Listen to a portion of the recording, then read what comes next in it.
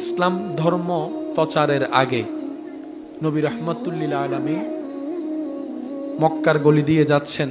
এক ঘর থেকে কান্নার আওয়াজ শুনে নবীজি থেমে ওই ঘরে গিয়ে দেখলেন একজন কালো বর্ণের মানুষ, হাবশি গোলাম, তৎকালীন সময়ে কাজ করছে, শরীর থেকে ঘাম ঝরছে, চোখ থেকে পানি পড়ছে। নবী গিয়ে বললেন, ভাই আপনার এই অবস্থা কেন? তখন উত্তরে তিনি বললেন, ভাই আমার শরীরে অনেক গায়ে জ্বর, কিন্তু যার আন্ডারে চাকরি করি সে আমার প্রতি কোনো মায়া দেখায় না, মহাব্বত দেখায় না। আমাকে কাজগুলা বুঝাই দিতে হবে সকাল হতে হতেই, সেজন্য শরীরে জবাব দিয়ে দিয়েছে, কাজ করতে পারবে না, তারপর আমার করতে হচ্ছে, না হয় আমাকে মারের উপর মার দিবে, আঘাতের উপর আঘাত দিবে। যে নবীকে আল্লাহ মেরাজের দুলা বানিয়েছেন, সুবহানাল্লাহ, যে নবীকে আল্লাহ সমস্ত নবীদের ইমাম, মাতার তাজ বানিয়ে দিয়েছেন, সুবহানাল্লাহ, যার প্রশংসায় রব্বুল আলামিন নিজেই কোরআনের আয়াত নাজিল করেছেন, সেই নবী ওই গোলামকে বলছে, যাকে সমাজে 2 পয়সার দাম দেয় না, ওনাকে বলছেন, ভাই আপনার শরীরটা অনেক অসুস্থ, আপনি একটু আরাম করেন, আপনার কাজটা আমি করে দিচ্ছি, আপনার কাজটা আমি করে দিচ্ছি।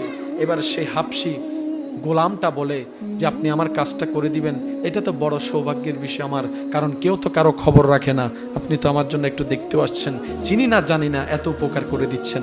তো যেহেতু শরীরে জ্বর ছিল, উনি আরাম করছে, নবী ওনার পক্ষ হয়ে সব কাজ করে দিয়েছে, সব কাজ করে দিয়েছে। এভাবে মাঝে মধ্যে গিয়ে আপনার নবী, আমার নবী, আমাদের নবী ওই অসহায় মানুষটার পাশে দাঁড়াতেন।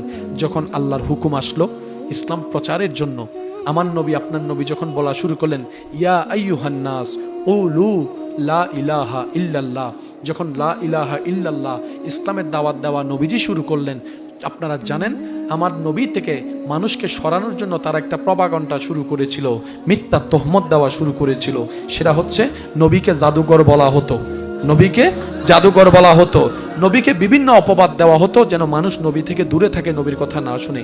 আস্তে আস্তে আস্তে যখন এই ইসলামের দাওয়াতটা ওই গোলামের কাছে কানের মধ্যে আসলো, ইসলামের দাওয়াত, তখন তিনি এই খবরটা যখন প্রচার শুনতে লাগলেন, একদিন রাতে নবীজি ওনার কাছে গেলেন ওনাকে দেখতে।